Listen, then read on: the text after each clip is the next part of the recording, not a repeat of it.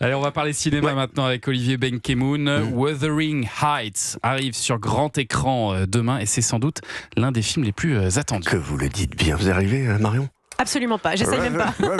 Heights en français, Hurlevent. Oui, Hurlevent, oui, merci. 15e ou 16e adaptation, je ne sais pas exactement, de cinéma de ce classique de la littérature britannique, qui cette fois avec les acteurs les plus glam de Hollywood, Barbie, Margot Robbie et l'immense Jacob Elordi qui mesure 1m96. Et à partir du moment où vous avez posé ces deux noms, il n'y a plus de sens commun, il n'y a plus de critique possible, il n'y a que des cris de fans, une hystérie collective, un aveuglement absolu. C'était l'ambiance à la première parisienne. Oh my God, oh Jacob, où toute la fine fleur des influenceuses était là. Moi, j'étais un peu là pour Margot et pour l'amour du cinéma, bien entendu, évidemment. Mais les jeunes femmes aiment ce Jacob là, ce Jacob Elordi. Moi, j'ai adoré Hurlevent, surtout pour Jacob Elordi. Son couple qu'il forme avec Margot Robbie, c'est le Roméo et Juliette, voire Barbie et Ken.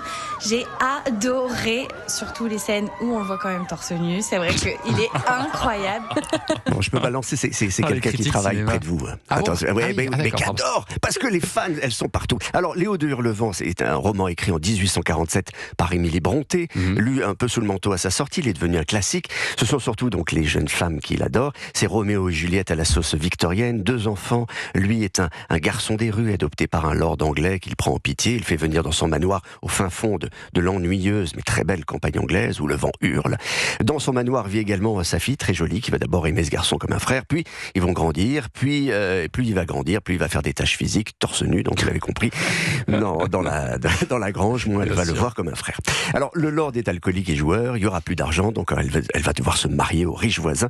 La suite, tiraillée entre l'argenterie, une maison qui ne part pas en ruine, des domestiques, des belles robes, façon Marie-Antoinette à Versailles, tiraillée donc entre les choses matérielles et l'amour pur.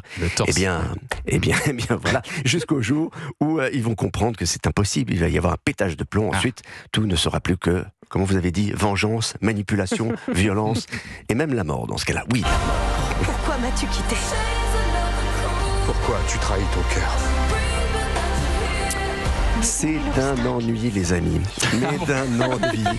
Que ça m'a paru long. Margot Robbie joue en minaudage, lui bouffe les mots.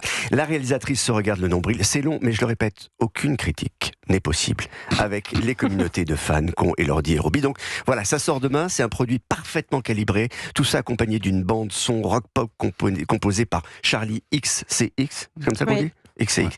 C'est pas un film, c'est un produit hollywoodien qui va, évidemment, qui va marcher très fort. XCX. Embrasse-moi.